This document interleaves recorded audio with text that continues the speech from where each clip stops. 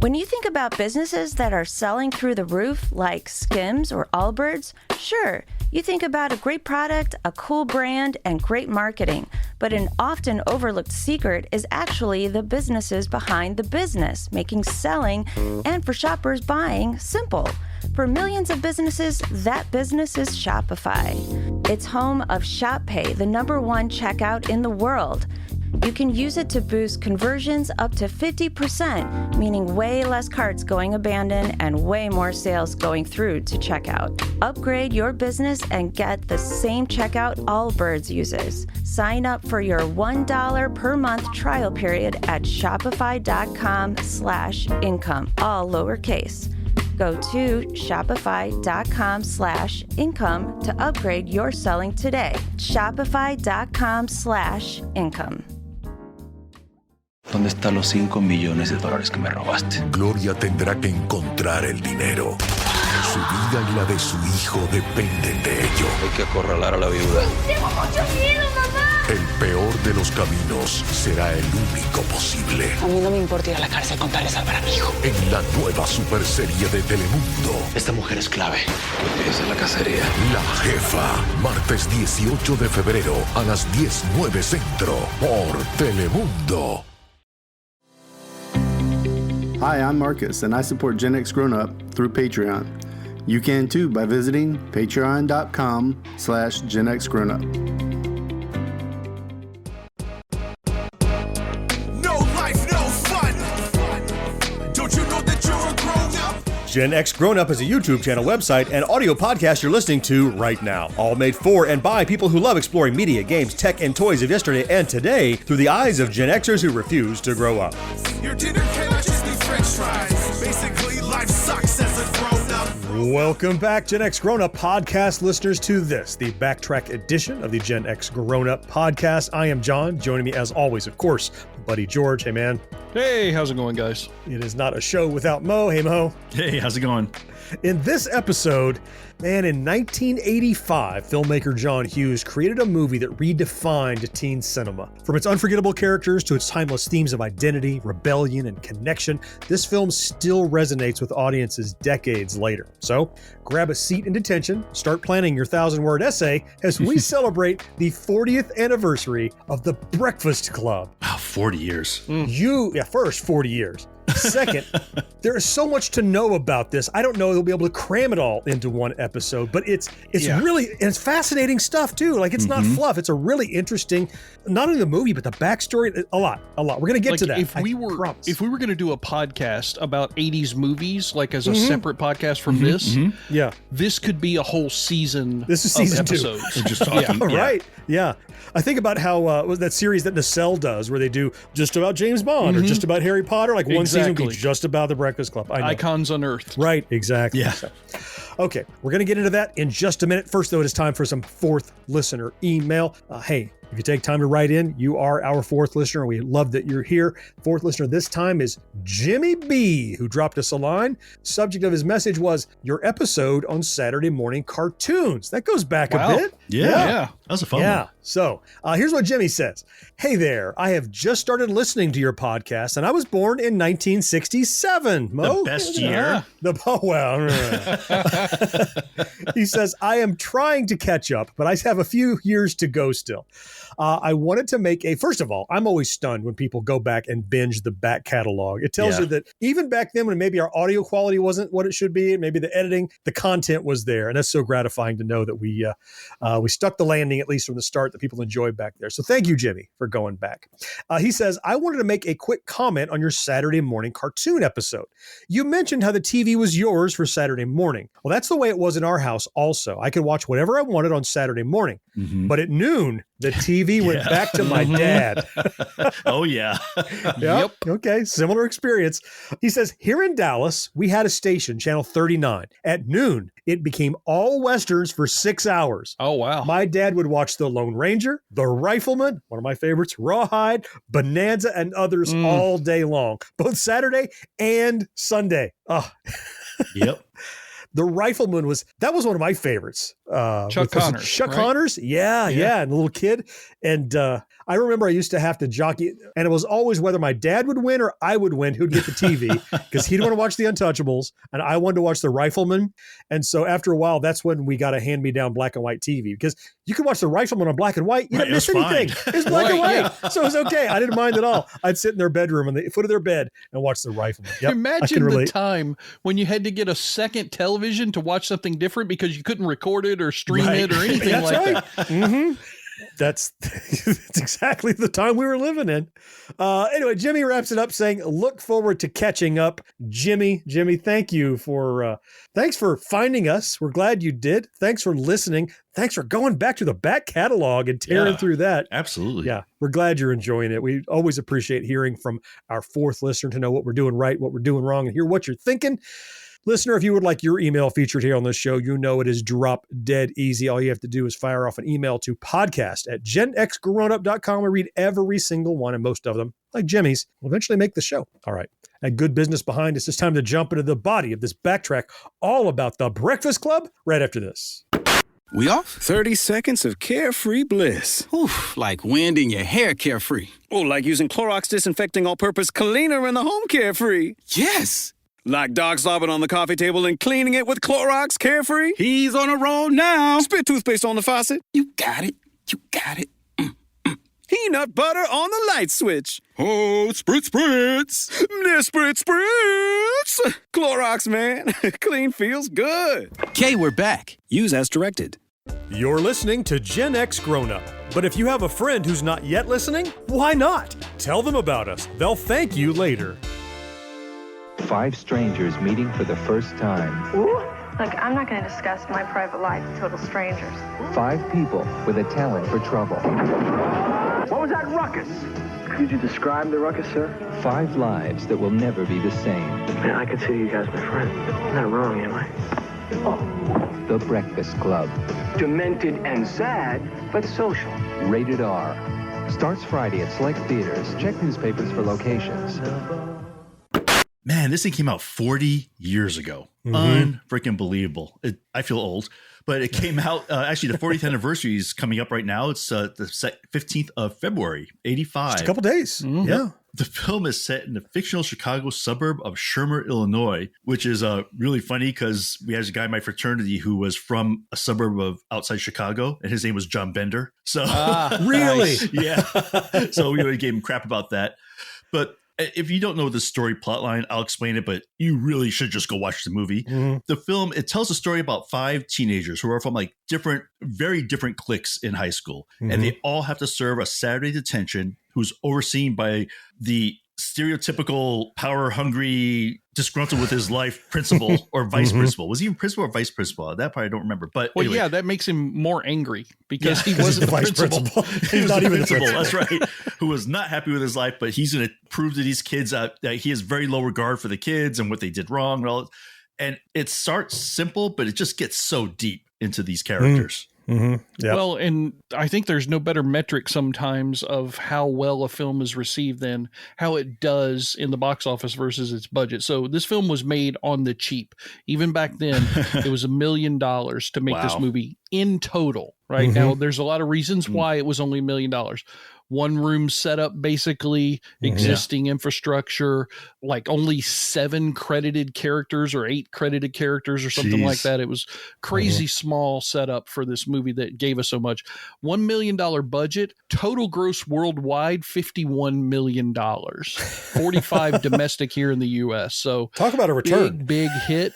Compared to its budget, it's no wonder that after this movie and because of his previous directorial movie, 16 Candles, John Hughes became the it guy for making, quote, teen movies, which I feel is very unfair because the truth of the matter is these are just good movies. Yeah. I hate when you call them teen movies because it's almost like you're like downgrading it a little bit. Like, this is not as good as an adult movie. This is a teen movie, which is, to me, just a sacrilege considering how good it is.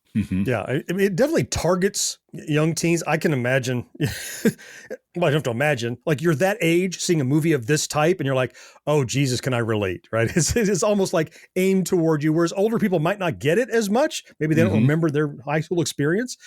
Speaking of which, your experience, often we do a film like this, and I want to ask again here, each of us, as we get into this backtrack, what is your relationship to and familiarity with The Breakfast Club? Let me start with you, Mo. Oh, I mean, yeah, this was right when I was my senior year of high school. So it perfect was fit right in there. And even when into my freshman year of college, it was a movie that was shown in the student union often, because it was a guaranteed fill it up for $1 a piece with popcorn. And it was like, and everyone knew the movie. As soon as you heard the theme song come on, everyone started applauding. It was like one of those movies. What about you, George? So I was a freshman in high school when the film came out, completely related to Brian Johnson, the Anthony Michael Hall character, because he felt like that. And I've seen people talk about it since that character was the one that no matter what clique you might have been a part of, that the other characters might have represented. Apparently most people talked about relating to the Anthony Michael Hall character more than any of the others. Just a solid film that made me feel at the time like I wasn't alone with my experiences and my fears more than anything. Being a freshman in high school is very scary. I'm sure it is now, just like it was then. And this movie gave me permission to be me a little bit. Isn't that crazy how film can do that, how media can do that sometimes?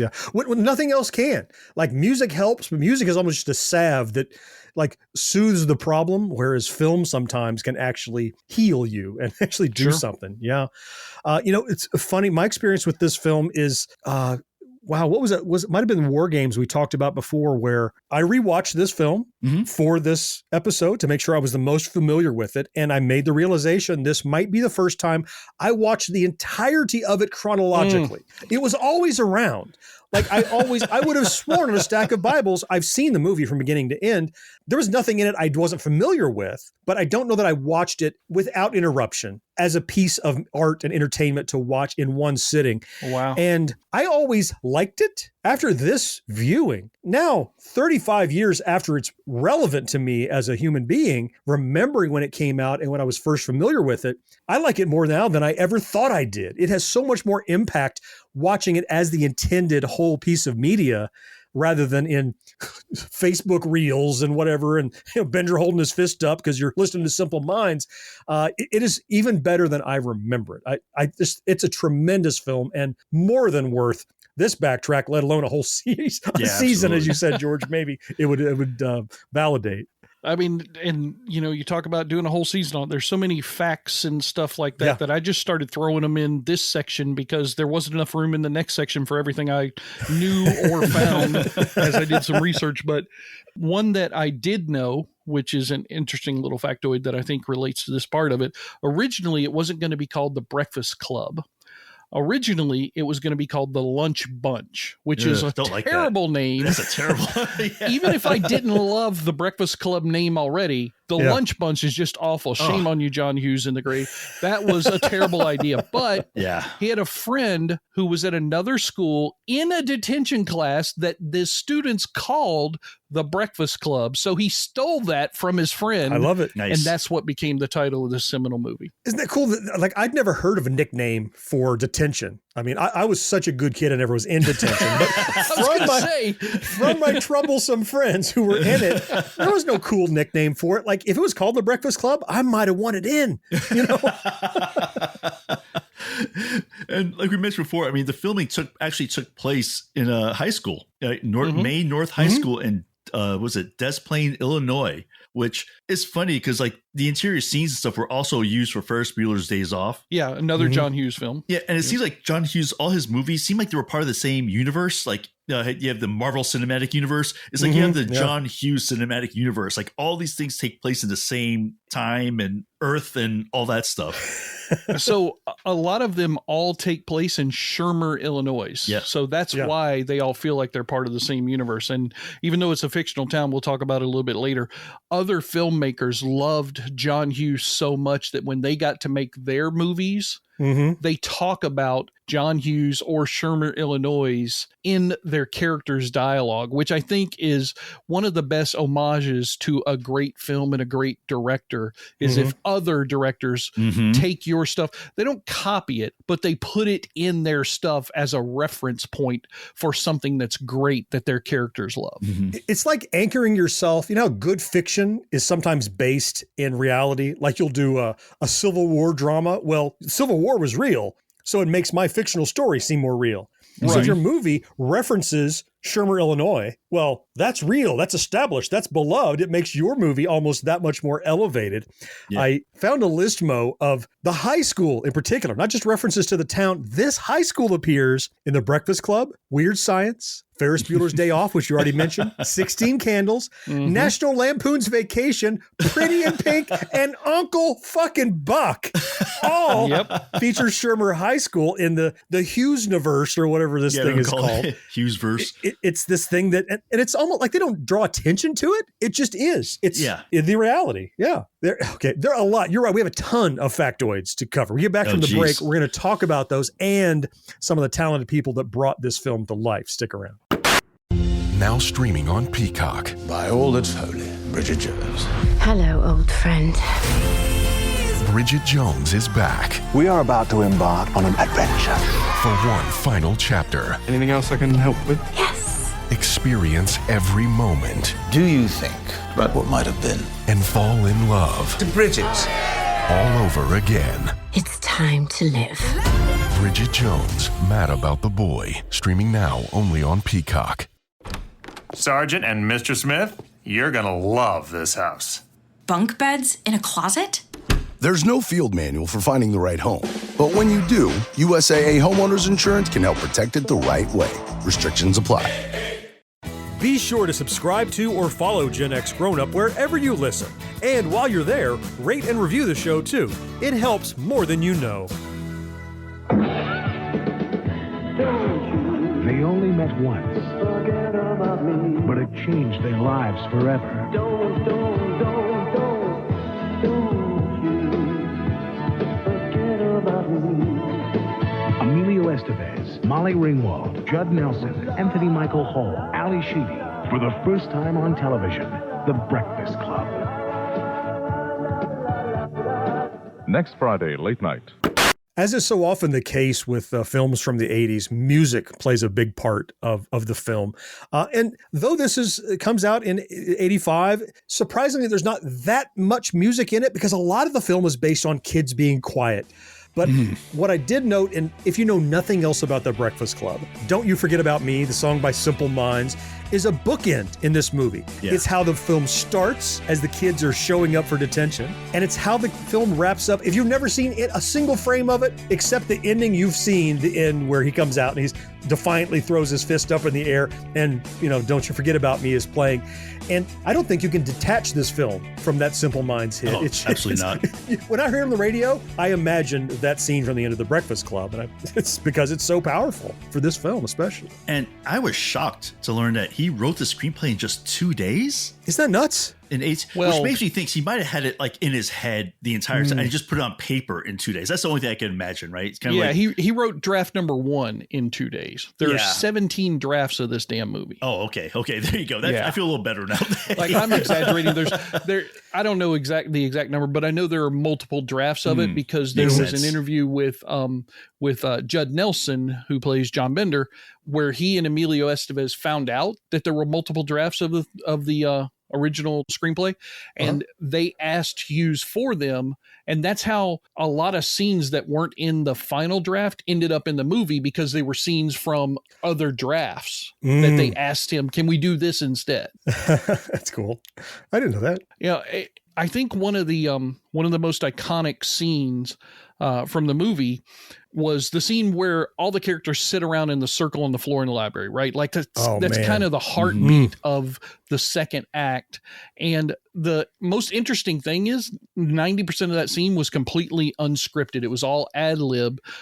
John Hughes had told all the actors, look, I just want you guys to talk like normal high school kids in this situation would. I don't want to write what you should say. So just You know your characters. They talked about in other interviews where they did a whole bunch of rehearsal before they ever shot this movie, much like stage people do for a stage play that doesn't often get done in film. They did that for this movie because he wanted them to become their characters more, to make things like this scene be a little bit more off the cuff and a little bit more realistic.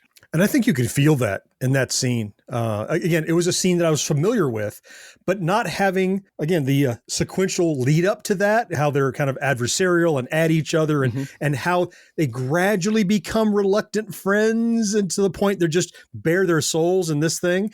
And I was bought in, like, man, they're incredible actors.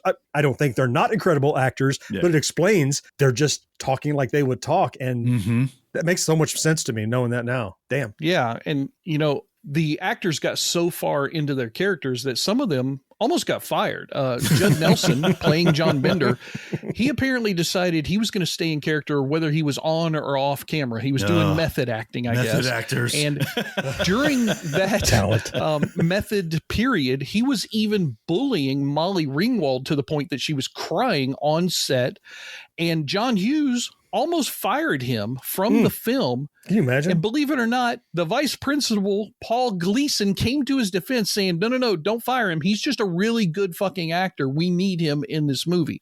Jeez. Otherwise, Judd Nelson wouldn't have ended up staying John Bender. We might have gotten Emilio Estevez, who originally was chosen for the part, but got moved over to the other character because John Hughes couldn't find anybody to play the jock character. Yeah. So many things happened in this movie to produce what we now love. It's crazy to think that every little decision almost changed the entire film. Yeah. And you felt that from Judd Nelson too. Like, he was an annoying prick. Yeah. Over the top. And I felt that. And to know that he continued to act that way, like he felt like other insecure dickhead bullies that I knew in high school. And it made me so uncomfortable watching it. And again, it's like, what a great actor. Well, he's sustaining that with his co-stars off screen.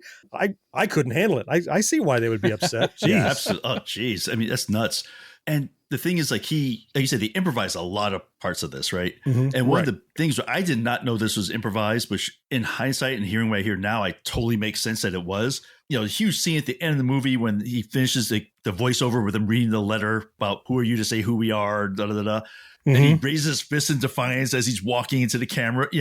That was like, when that ended, that's where everyone started applauding and because that was like, that's like how we feel. That's how feeling being a kid at the time and all that stuff. Yep. But then that was all improvised. I guess they shot it multiple times with him walking to the camera, doing different things and trying different things. Like a peace sign, backflip, or flipping just people walking. off. Just do something. But instead, he threw his fist up, and all of a sudden the guy's like, and again, the John Hughes credit, he saw that and said, yep, that's the take. There's the one. And that's the one we're going to use. It's funny because in a second, I know we're going to go through the actors and stuff that were in this movie that we've talked about them already. But one of the parts that George found out, which I thought was hilarious, is that Anthony Michael Hall's character, Brian Johnson, the mother and the sister in the car with him were his mother and sister in real life. Oh, yeah, that's cool. Which to me is just hilarious because I don't think anyone could shoot a look at a little sister like that unless she was actually your little sister. Well, the thing that got me was the little sister got a line in the movie. Like, the mother is chastising him, and we understand, we're never going to do this again, right? No, Mom, we're never going to do this again. And then the little sister goes, yeah. And that look he just like her. needling her big brother a little bit. You're in trouble, and I love it. Here's something I just learned in preparation for this podcast like 20 minutes ago. George shared with me that I didn't know. So I'm not going to go too deep in how we got to this part of the discussion, but there were planned to be more films in the follow-up to Breakfast Club. And the part, as you were telling me this, I'm like, the most interesting part of that, like, yeah, see these kids when they're older, 5 or 10 years in the future. But the janitor, Carl, who we see, who Bender is he's bullying the janitor, frankly, when he gets an opportunity. Oh, this is your life. You clean up after kids, whatever. Your dad works here? Yeah.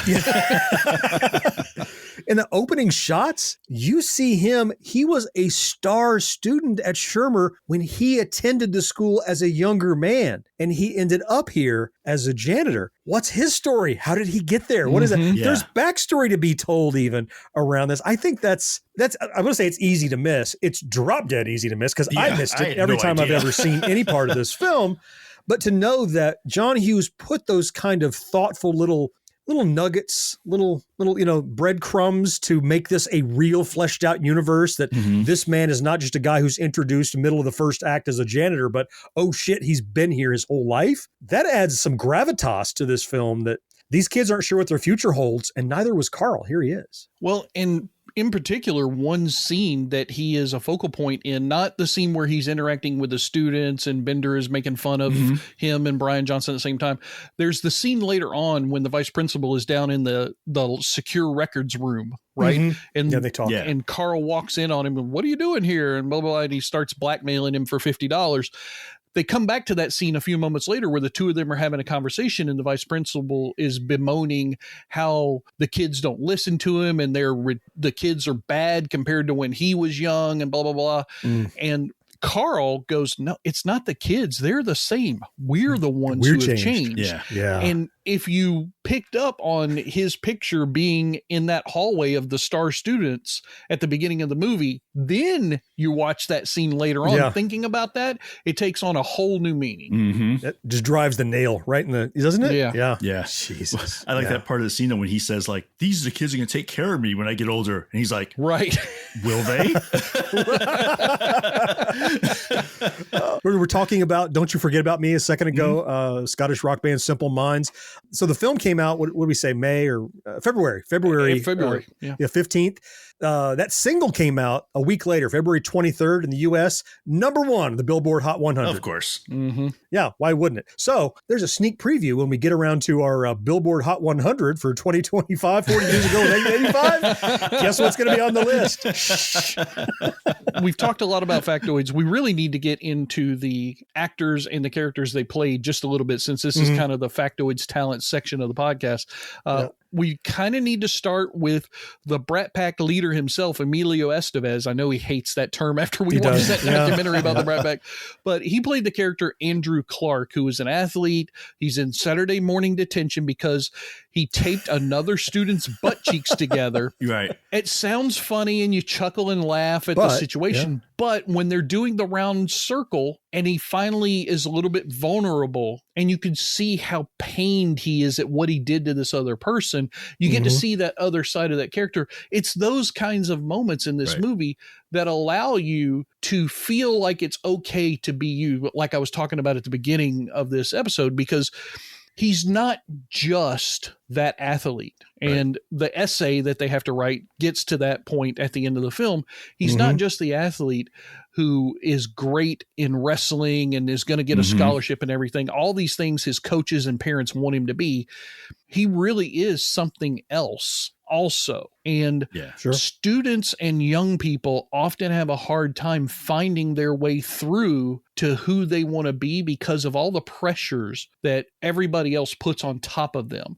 This film does such a great job of letting you see that fact from their point of view, not from adults' point of views who are telling you about the teenage experience. You're seeing it from teenagers, which is awesome. Yeah, I couldn't agree more. I mean, I think it's, like you said, it's the movie seems to be about these kids that are put into these silos, and they feel, and part of them feels like they need to fit in that silo, but they're really not, right? They're more than that one definition of them, of who they are. Yeah, that's kind of the moral of this film, right? It's that we're everything. We're that not they're all more than just. Yeah.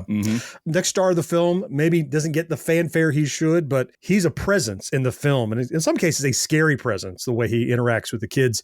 Paul Gleason plays Richard Vernon. He's the vice principal of the high school. He's the man who clearly is required to, he's the disciplinarian of the school. He runs the detentions. He wants to run it with an iron fist. He right away has trouble maintaining whatever rules he set up that aren't going to fly. And you get the feeling that he wants kids to do what he tells them to, but really he just wants, I think he the power is what he wants. He wants to be able to have power over these kids that in a way he's kind of afraid of, because as he feels like they're going to have to take care of him, like we talked. I found him to be a tragic character and also a deeply flawed character, but played pretty well by Paul Gleason, who I don't remember seeing him in a whole lot more, but he's one of those character actors I saw pop up here and there. Die Hard. Yep. That's what I remember most from. There we go. Really? I remember him most from Trading Places. Oh, yeah. He was a detective. Yeah, he's Meeks. Okay, sure. Yeah. Yep. Oh, yeah. And also, I mean, Anthony Michael Hall. Oh. He's been in a bunch of Hughes movies. You know, he played Brian Johnson, the Brain, who's in Sunday detention for taking a flare gun into school, which that whole scene is just hilarious and tragic also. It's hilarious and heartbreaking. Yeah, exactly. Right? At both the same time. Yeah. But right. I mean, and he was probably one of the kid young actors of the time. I mean, because at the time he was in everything, every Weird Science. I mean, he was in all these movies at the time. Yes. And think about it. He's in 4 Hughes films, I think so. Or is he 3? I know because he's in Vacation, National Lampoon Vacation, which Hughes wrote. He's in 16 Candles and this. Was he in Pretty in Pink? Yeah, No. I think he was. He? Maybe. Probably. Crier, I know, was opposite of Molly Ringwald in that, but I can't remember. Anyway, he's been in a lot of stuff. You're right. Yeah. And when we talk about these things, another thing that you didn't see much when they talk about like high school movies is most of these actors are actually within the age range of high school kids. They're not quite 30, right? Yeah, I mean, a couple were 17. Actually, a couple were still in high school age. Really? Yeah, two of them were 17 at the time. I think what's his name? I think Anthony Michael Hall was. Yeah, and Nelson was the oldest at 26. Yeah, 26, and I think maybe it was like Molly Ringwald. I think was also 17 at the time when she did this. Maybe, but still though, they were all like 26 was the oldest. So at least and I remember seeing a bunch of high school movies back then. You thought these people are like 30. I mean, it was so obvious. And you have to expect John Bender got held back a couple of years too, so he should be older. He should look a little older. Yeah. Well, one of the older actors on set was John Capellos. He played Carl Reed, the janitor. It's funny because his character is friendly with the brain nerd misfit character, as we see, hey, Brian, and he even says hi to him as he's leaving. But it's funny because Brian barely acknowledges him as he's leaving at the end of the day. But John Bender's character says, I'll see you next Saturday, because he is, like accepted his fate, so to speak. But I love John Capellos, and he's been in a lot of stuff. He's a very well-renowned character actor for movies, TV shows, and everything. I feel like on set, he might have been the actor who was the glue that held the cast together, just in the way that they related to him in the few scenes they had with him. There's only like one scene with the students with him, and then 2 scenes with the vice principal, and then the one scene at the very end as the students are walking out. That's it for his whole role in this movie. Yeah. But he's such an iconic character that people remember his dialogues and everything. You people think I'm some untouchable peasant and everything. His whole the character was very well written for such a brief appearance and short of time in the film, but Capellos really does a great job with it. I wish I could see more of him in that movie. But also, he was like the kids too. Like they had put him in a category, right? They had a preconceived notion of him as well. Yeah. Like he's the janitor. Right. He's like that's all he is. And when that speech he gave, which kind of shut them all up, was great. I mean, he's like, yeah, I know what you guys do. Yeah, I listen to your conversations. I go through your lockers. Like, damn it. Wait a minute. We've talked about, of course, Judd Nelson as John Bender already with his theme acting. I love that we have no idea why these kids are here, and gradually throughout the film we learn. And I think by the end we know what they've told us. And I think we believe them. But even when they tell us, you can't be certain, because they kind of leave some red herrings here and there a couple of times about why exactly are they there. They don't want to disclose it. And then finally they all come clean. Bender was in Saturday detention for setting off the fire alarm, a typical hooligan thing to do. It makes perfect sense, And I keep wanting to think he's the star of this film, but I'm not sure there is a star of this film. I think it is a true ensemble piece. But if there is one, he's one of them. But the more the film progresses, the focus seems to shift. This spotlight moves from character to character, and now you're the star, and now Ringwald's the star, and now Hall is the star. It really shifts a lot, and everyone kind of gets their showcase. I appreciate that too. He's definitely the antagonist, though. Oh, well, he's the instigator of many things. Sure. He pushes a lot of the stuff that happens. He's kind of both. He's the antagonist and the protagonist. Yeah, true. Isn't that weird? This anti-hero-ish, but he's not a hero at all. Yeah. And we can't forget Molly Ringwald. I mean, again, a John Hughes staple character. Who's Claire. I mean, can you get a more princessy name than Claire Standish? I mean, it's and she was the princess, the popular girl and all that stuff. And of course, she's in detention for skipping school, of course. I mean, that makes perfect sense. That's the worst thing she would do, right? And probably going shopping, right? Right. Or something like that. But again, she played the role just really, really well. Like, you felt like that was who she was. Mm-hmm. Yeah, I don't know that there's any actor who was further away from their role, though, than Ali Sheedy was from Allison Reynolds, the basket case character who we found out through a discussion with the characters later on. She wasn't even supposed to fucking be there. She just had nowhere else to go, so she went. Nothing better to do. I really loved her character because if you pay attention to the movie, she actually doesn't even utter a sound until 25 minutes into the movie. Mm-hmm. So almost a third of the way through the hour and a half long film, which just goes to show, by the way, today we've got to have movies that are 2.5 hours long for people to feel like they're epic. Back then, John Hughes could write a fucking film in an hour and 36 minutes, and you were like, holy shit, that was perfect. Like, it's almost a perfect film. Yeah. And speaking of John Hughes, he actually got in the movie himself. He was? Yeah. He's in an uncredited cameo. He plays Mr. Johnson, Brian's father, Anthony Michael Hall's father, who picks him up at the end of detention. Well, in the car. He never says a Yeah. word. Yep. He just picks him up. Brian gets in the car and drives off, and that's John Hughes. We'll save them some money from another actor, right? Well, we can do drive. I could drive. I mean, he only had $1 million. He had to do what he had to do. Exactly. This episode is brought to you by Abercrombie. There's nothing better than the perfect jean and going out top combo, or an outfit that perfectly matches your plans. Abercrombie's relaxed jean goes with every occasion. Date nights with something lace, or daytime with a cozy sweater. And their barrel jean will surprise you. It's the trend that will become a staple in your wardrobe. Abercrombie denim comes in tons of rises, fits, and washes. Find your perfect pair online or in store. Build a routine with Ollie that supports your wellness needs, like getting your daily vitamins and minerals with Ollie's multi-gummies, or keeping your mood upbeat with all the vitamin D in Hello Happy. Give your gut health some support with probiotics, and wake up feeling refreshed after taking Ollie Sleep. Do wellness on your terms. Find Ollie at a Walmart or Target near you, or at ollie.com. These statements have not been evaluated by the Food and Drug Administration. This product is not intended to diagnose, treat, cure, or prevent any disease. Each episode of Gen X Grown Up has show notes loaded with links where you can learn more about our topics. And there's even more to see and hear over at GenXGrownUp.com. Friday at 7 on Fox 15, they were all condemned. This is so stupid. To waste a perfectly good Saturday in study hall. What was that ruckus? Emilio Estevez. What ruckus? Anthony Michael Hall. Could you describe the ruckus, sir? Judd Nelson, Molly Ringwald, and Ali Sheedy. They never knew they could learn so much in school. Oh, man, are we going to be like our parents? The Breakfast Club. Demented and sad, but social. Friday at 7 on Fox 15. Okay, I know we all love this movie. Mm-hmm. We all have our favorite scenes. And Confirmed. I know we're all supposed to pick one, but I'm going to pull a George and just do a brief one, then my real one. Okay? Just Well my done. real brief one, then my real one.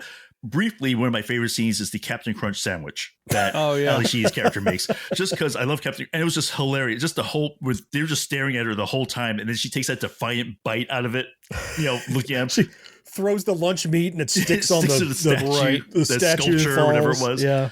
But the scene I think I felt the most for was when Michael Hall was talking about the flare gun, and in the circle when they're talking about like what's wrong with their lives and stuff like that, because he talked about how much pressure he's under to always get A's. And the fact that he took a class and maybe got a B or whatever it was, and just how much stress. And I just felt for that character at that moment. Like I just felt like, holy crap. Like I've known kids like that, especially with the high school I went to. I knew a lot of kids like that who would like lose their birthday if they got bad grades. I mean, in all seriousness, you know? And so I just totally felt for the guy, but they did such a good job of having this heavy scene. Then you find out it was a flare gun. Yeah. And which could still do some damage and still be dangerous. But it broke the ceramic thing he was supposed to make in shop class. And then they all just start laughing about it. Like, it was just a good way of just breaking that tension and letting the movie move on without having this dark cloud over it. But again, just that scene for me, I just felt for that character. Yeah. So how about you, George? Well, I mean, this is another one of those difficult things that we do in this podcast, right? Where we're instructed to pick a favorite thing of something that is your favorite. And this movie is absolutely one of my top 5 of all time. If you're going to take a scene from this movie and say it's your favorite scene or the best scene or whatever, I don't think you can go wrong with going with The Circle. Yeah. It absolutely is the heart of the film. It ends the second act into the third. Yeah. I think that all of the characters' stories are all deeply moving in one way or another. The lightest one is probably Claire, because she doesn't really tell a story. If you notice in The Circle, her story is more a reaction to somebody else's comment. And that's when she's talking and Brian's like, what's going to happen on Monday? Are we all going to be friends still? And she's like, I don't think so. You wouldn't understand the pressures my friends put me in. That's her story. Everybody else that's in that scene is talking about a devastating life consequence thing that may have started or been a part of school, but is really more a part of their family life. Bender's talking about his father beating the shit out of him. The athlete, he's talking about all the pressure that his father puts on him about getting his scholarship and not losing his ride and so on and so forth. But The Circle has so much in it. There's so many dynamics between the characters. And every time one of them gets a little vulnerable, I do find myself tearing up every single time. I certainly wouldn't debate you that scene it's the heartbeat of this movie. It's the thing, it's the payoff it's not the end of the film, but it's the thing where all the characters turn, you actually see who everyone is, and you understand them differently from that point later in the film. And that one line you said, they have this discussion, is heartbreaking. Are we going to be friends on Monday? And there's a debate back and forth about it. And it's not really about them. It's about the struggles to find a place in the world. They found a peer group that they don't want to upset by letting in someone who isn't suitable for their friend group, even though they've just made clearly someone they've connected with and a friend and someone they relate to, that maybe on Monday they can't talk to them anymore because their friends will look at them differently. And that's true of fucking high school. And it's true of the experience that we all go through in one side or the other. And it's crushing because that part's like, oh yeah, they're going to be friends now. No. They're going to discuss it. We maybe can't be. Maybe they will, maybe they won't. But yeah. Well, and it's crushing because, and I saw an interview with Hughes where he says one of the reasons why that scene is so crushing, especially to anybody who's gone through that time in their life already, is when you're young, when you're in high school, the entire universe is filtered through you. You are the center of the universe at that point. And it's not until you get much, much older and start to realize you're just a small little tiny speck in the universe that doesn't matter quite as much as you might have thought of when you were 15, 16, 17. That's where all that pressure comes from, because when you're at that age, everything is life or death. Nothing is inconsequential. And that's what those characters are dealing with. It's why Brian brings a gun, albeit a flare gun, to school, because his little elephant trunk wouldn't turn on his lamplight. And I think the best part of that scene that's revealed is the most well-adjusted of those 5 kids is the basket case, because she has no friends, which she mentions in that scene. They're like, would you be friends with me? Well, I don't have any friends anyway, but the friends I would have, they wouldn't give a shit. Yeah. She's the most well-adjusted of the bunch. Yeah. Yeah. So I love that scene. I think it's critical. I watched this entire movie in 15 minutes because I just put it on fast forward because I know the movie by heart. But that scene, I stopped and watched it on regular speed because I love it. Anyway, Yeah. John, enough about my favorite scene. What about yours? Oh, hey, Mo. Yeah. The two of us are going to pull a George, and George is not. He picked one. So, oh, my God. I do. First, I want to talk about the biggest laugh I got in this movie. And this was a surprise and not a scene I remembered seeing before. The only one that was surprised me. Just a little 5-second bit. And it's when Bender, toward the beginning, Bender takes the screw out of the door so it won't stay closed or won't stay open. Right?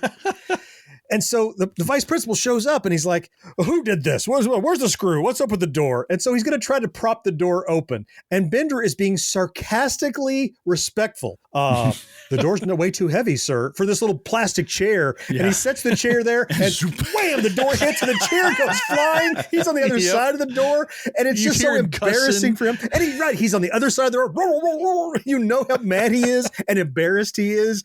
Made me laugh out loud. I snorted, had to pause, rewind, watch it again. But not my favorite scene of the movie. I probably, in a vacuum, would pick the circle too. It's the most powerful. But watching it this time around, effectively you could call it a music video or montage. It's kind of like to the song "We Are Not Alone." Mm-hmm. Right after the circle, we're kind of in blended toward the end of the circle. They're stoned. Yeah, they are stoned. But now I don't think kids would do a choreographed dance on top of the bookcase. Like this is stylized for film, but it represents them all feeling as equals, feeling part of the same thing together. Mm-hmm. They're goofing off and dancing. I see this as the way they imagine them dancing when they're high. They're probably all just laying around giggling, but it's so, especially coming after the heaviness of that circle scene where they're kind of pouring out their souls. This is so uplifting. This is so fun and so celebratory, I guess, of them just being kids and enjoying one another's company. Tore down all the walls. They're just kind of equals in this room. And again, it's artificial, but I found it to be the one that made me smile the most, especially after the heaviness coming out of the confessional. Yeah. Fun little factoid about that scene that you're talking about. Mm-hmm. The part where they're dancing on the banister there and they're choreographed, the guys are doing the one thing, the two girls, so on and so forth. Mm-hmm. Bender and Ali Sheedy's characters together. That banister, that was a gift that John Hughes gave to each one of the actors after they left the film. He gave them a part of that banister. Now, I don't know how many of them still have it, but if you're going to walk away from something from that movie, I bet you they all have that banister is probably one of the more iconic set pieces in the film, aside from maybe the magazine rack in the door or the crazy statue that the meat hits. Yeah. But it's just such a great fucking film. There's just too much to love about it. There's too many facts to know. We don't have enough time. We need to do like 5 more episodes on this fucking movie as far as I'm concerned. But right, you just pick an act. Let's do the first act and talk about that. Yeah, so much hell with act. Like we're going to have to go scene by scene, honestly. When we get back, we have a little bit more to put into this episode of 7, a series that we're going to be doing about Breakfast Club, talking about its legacy since the release. Stick around.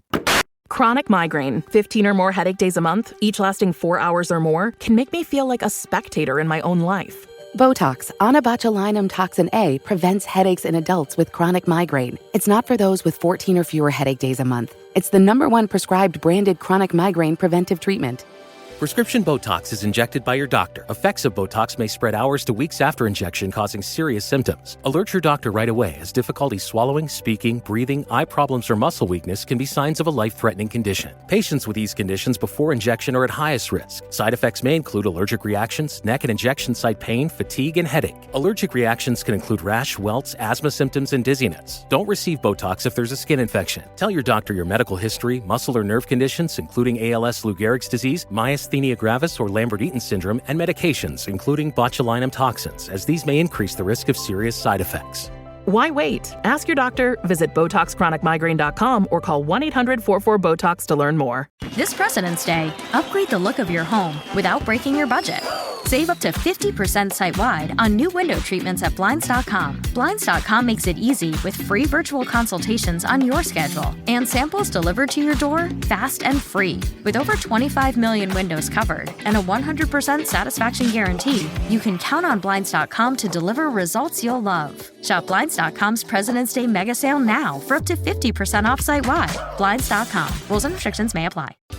If you're a die-hard Gen X grown-up, you can pledge your support by clicking join on YouTube or by becoming a patron at genxgrownup.com/Patreon.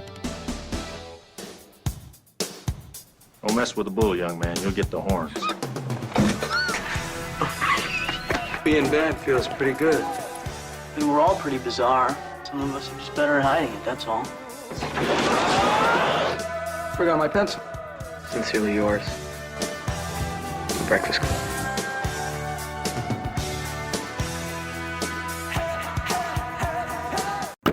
As we come into this last segment talking about the Breakfast Club, and I mean, George, you're right. There's so much more we could have talked about, but and I want to ask one more roundtable question, and I think we probably already know the answers to these based on the discussions that we've had, but with which of the characters in the film do you most closely identify?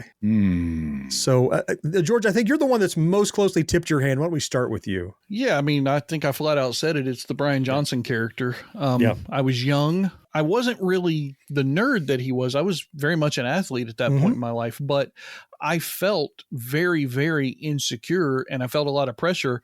So while that might seem to relate more to the Emilio Estevez character, I felt a lot more like the Brian Johnson character, which in interviews that John Hughes and other people have done since then is apparently the most parroted response to that type of question of which character in the Breakfast Club do you identify with?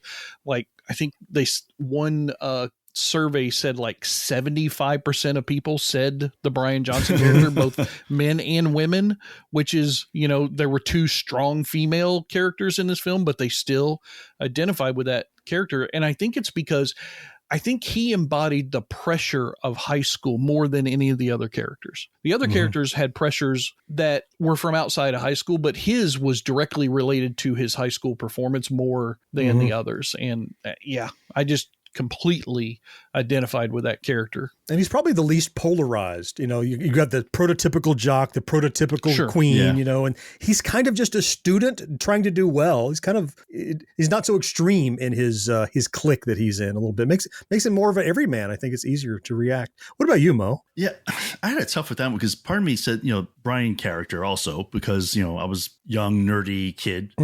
But again, I kind of like the movie says, that's like part of it. I think the other part is kind of like, Ali Sheedy's character also, I kind of relate to her as well because I didn't have a ton of friends. I had friends in high school, but they were a small group of friends and they were the kind of people that wouldn't care who else I was friends with. So it's almost like bits and pieces of a couple of them I would relate to. Yeah. Well, you fit right in the Breakfast Club. You're not one thing. Yeah. You're all those things, right? Yeah.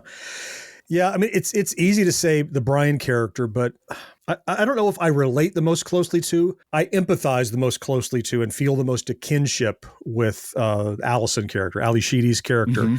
Not so much. I mean, I had great friends. I had hobbies and stuff that I did. I wasn't the loner, but I did always try to become invisible in scenarios where I was uncomfortable.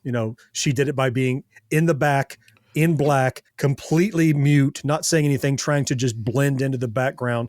Because when you don't have confidence in yourself, if you aren't noticed, you're not criticized. And that's a defense mechanism, And so I can relate to where she's coming from in that.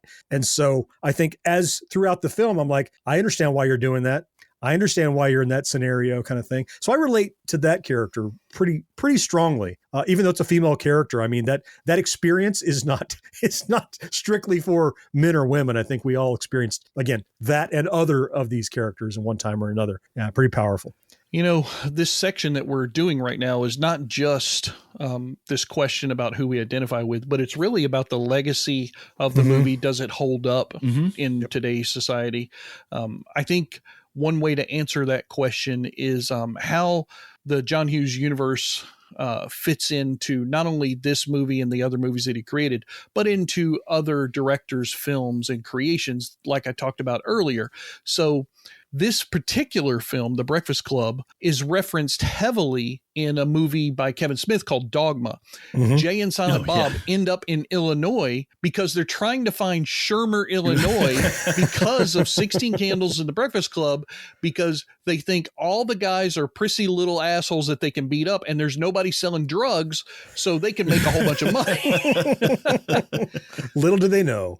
Right. And then there's another great scene in a movie that you would not expect John Hughes to get a reference in. Do you guys remember the Quentin Tarantino grindhouse film Death Proof? Yeah. Sure. Of course, with the car. Mm-hmm. Right. So there is a scene where the second group of girls, the ones that end up killing the bad guy, they're sitting around a breakfast table after, they picked up their friend, and they're just talking about liking these car movies because the two girls are car buffs.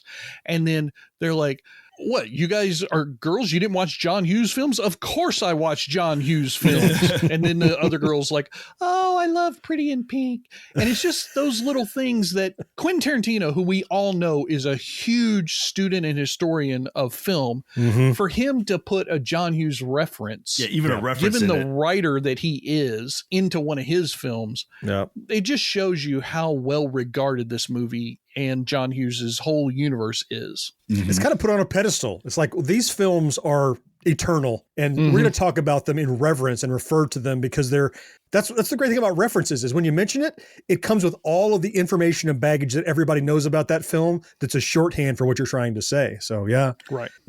This film represents how these kids are being reprimanded or punished for whatever it is that they did or didn't do in the case of Ali Sheedy's character. But how does, I haven't had a kid in school for a long time. How do you think how punishment in school is portrayed in this film represents today? It feels to me like it's a little soft. Like kids today wouldn't care about being in detention or after school. But I don't really know. Part of me thinks the stuff they did though to get in there, with the exception of maybe the flare gun, was all would they even get in trouble for that these days? Today, I mean, it seems so minor compared to stuff you hear about. I don't know. It's very different now. You have the youngest kids, George. Yeah, I had the youngest kid, the most recent one in school. Yes. He's 22 now. Yeah. I would say that even though he went to a small private religious school, kids do still get in trouble for stupid shit like is portrayed in this movie. Kids, yeah. The type of trouble that they get in, though, is different. Number one, it's very difficult to put kids in detention when they have cell phones that open the world up to them in their pockets. Really, yeah. And even 15 years ago, it's different because 15 years ago, a teacher or a principal could take that cell phone away from the kid and wouldn't face any repercussions. You do that shit now, you're getting a lawsuit and you're getting fired. Yeah. Because our society has changed so much that nobody can reprimand or punish somebody else's child anymore. Hell, as the parent, you almost can't do it anymore. It's like the society is trying to police the parents and the caregivers more than the children in some case. Now, granted, I understand that's because of protection and making sure the kids don't get abused or hurt, and that's all great and good. But every now and then, somebody needs to whip a child's ass. That's all there is to it. It's effective. It's headed there. They're going to be okay. So, the one thing that, as much trouble as I got in high school, I don't think I ever remember weekend detention. I remember suspended. Oh, I absolutely remember being suspended. That well, I'm sure you do. And I remember detention after school for a couple of hours. Yeah. But a Saturday detention, I don't think I ever saw that. Now, maybe that was a big city thing, but I can't imagine a teacher being willing to come in on a Saturday. To moderate the detention, let alone it being a regular thing where you got to come back for 2 months. Your ass is mine for 2 months. Another thing though that I think is nice when you talk about how a movie is portrayed, it's not always the movie that gets portrayed in other films, but sometimes the actors get to reprise seminal roles in other movies. And even though I didn't like the 2001 parody film Not Another Teen Movie, I did like one scene in it because Gleason, who was the assistant principal in Breakfast Club, he gets to do that same character in Not Another Teen Movie. Oh, that's cool. In a short little scene that's a little bit Breakfast Club like. That's pretty cool. But I mean, you talk about how well regarded this movie was. I mean, again, just looking through the list of accolades and everything in this movie, it's just a huge list. I mean, a couple of them, it was selected for preservation by the United States National Film Registry, which Library of Congress, they only keep like historically, culturally, aesthetically significant movies, right? So that was picked for that. This is all three of those things. That's appropriate. Empire Magazine has it listed like in their top 500 movies of all time. In fact, they moved up rankings when they did their list between 2008 and 2014. It moved further down the list. How did that happen? By the way, that's confusing. Actually, like it went from 369 to 38. Did 300 films just quit existing or something? A lot worse for some reason. I don't know. That's weird. So, anyway, but then Entertainment Weekly said it was the number one film for 50 best high school movies. That's a no duh. If I ever heard one. Yep. Yeah. It's teen movie bucket. Yeah. Absolutely. Yeah. Yeah. And I'm going to keep harping a little bit more on the whole, how this movie is featured in other movies later on, to the point that even the poster, which is that family shot of all of the kids, standing around, a little bit like the Clerks poster later on. Yes. It was satirized in the poster for a comedy horror film called The Texas Chainsaw Massacre 2. Really? So they did a very similar thing, including Bender's fist being raised on the Texas Chainsaw Massacre poster. Oh, that's funny. Not like a severed hand, but right. Yeah. And, then to top it all off with awards, Anthony Michael Hall, Judd Nelson, Molly Ringwald, Paul Gleason, and Ali Sheedy all won the Silver Bucket of Excellence Award at the 2005 MTV Movie Awards. Now, the interesting thing is Judd Nelson, who was in that show that night on that award show, he did a segment earlier in the evening and then left. So he wasn't on stage to receive the award, and Anthony Michael Hall made a joke at his expense. So it kind of goes to that whole thing of Judd Nelson wasn't really a well-regarded member of that group amongst the other actors and people involved in that film. I hope they've made amends since then, because it's such a great movie. I hate to think they all don't like each other, but just because the characters were good friends doesn't mean they were. That's right. Yeah. And we talked before about, wouldn't it be nice to have seen some sort of a sequel of the 5 and 10 years later? Did they stay friends? Did they, whatever, but that ship has sailed. I saw another award that it received. New York Times put it on the best 1,000 movies ever list, which is, I don't know where it was on that list, but I'm going to say in the top half would be my expectation. It's on people's list. You said, George, it's on your top 5, it makes top 100s, top 50s, top 10s all the time. You said the top ever high school movie. It earns that because of what a polished, near perfect movie it is. Yeah, absolutely. Even though I never realized now, sat down and watched it from beginning to end, head to tail. I can tell you, you do that with. I know. I don't know how that happens to me. This won't be the last time I sit down and watch this movie from beginning to end, because I found such a greater, I liked it. I thought, that's that's a solid 7.5. It's pretty good. Now it's like a 9. Oh my God. When you look at it as the art piece that it is, going from beginning to end, man, really good. I don't know how long this show has run, probably over. I don't care. This is, it's a topic that has earned what we've said about it and more. Yeah, we certainly could. We could spend an hour just on the circle scene. No kidding. Oh, yeah. Yeah, we could. Yeah. I think that's a good place at least to put a pin in it in case we go back and revisit The Breakfast Club at a later time. Fourth listener, be sure to let us know what you think about The Breakfast Club, your thoughts on it. Write in, let us know, podcast at GenXGrownUp.com. Before I let you go, though, we always talk about our Patreon supporters, the folks that have headed over to GenXGrownUp.com/Patreon and opened their hearts and their wallets to help support what we do here. I want to thank a brand new patron, Kedrick H. He headed over to patreon.com/GenXGrownUp, signed up for that regular monthly pledge, but he also dropped us a line. As soon as he signed up, I always try to, as people become patrons, I usually drop him a line, hey, thank you for your support. And he wrote back right away, and I wanted to share his message with you here. He said, I missed the podcast altogether until recently, so I'm doing a major catch up. I listen to the backtracks every day at work. I just turned 54, so I understand everything you guys chat about. I wanted to give more than $1 because I produce podcasts and I know how much work it entails. So thank you for all you do. Lastly, I have to say that John and Mo, you guys are great.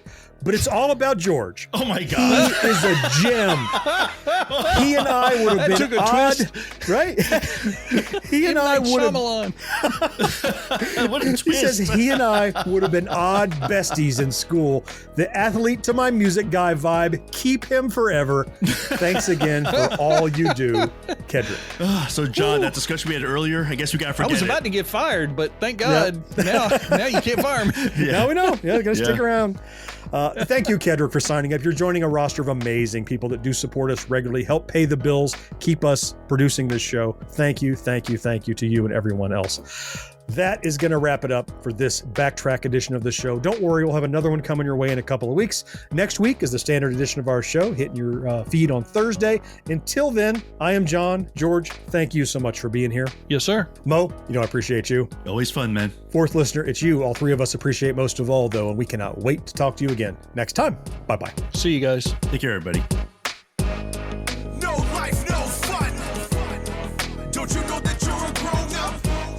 GenXGrownUp is a member of the Evergreen Podcast family. Learn more at evergreenpodcasts.com. No more watching shows till sunrise. Unacceptable for grown-ups. Your dinner cannot just be french fries. Basically, life sucks as a grown-up. So grab a seat in detention and start planning your 1,000-word essay as we celebrate the 40th anniversary of The Breakfast Club. Right. If I don't play Simple Minds there, I'm just not trying. I know. That's like a gimme, isn't it? It's like you don't have to think about that one. Yeah. All right. Hit and stop. I'm Ken Harbaugh, host of Warriors in Their Own Words, a podcast that presents the unvarnished, unsanitized truth of what we have asked of those who defend this nation. As a country, we need these stories more than ever. Stories from Americans who have borne the battle, including 30-year-old remastered interviews with veterans from World War I recounting their time in the trenches of Europe, and with veterans from World War II, Korea, Vietnam, and from our most recent conflicts in Iraq, Afghanistan, and other battlefields Americans may never have heard of. Hear their stories by listening to Warriors in Their Own Words wherever you find podcasts.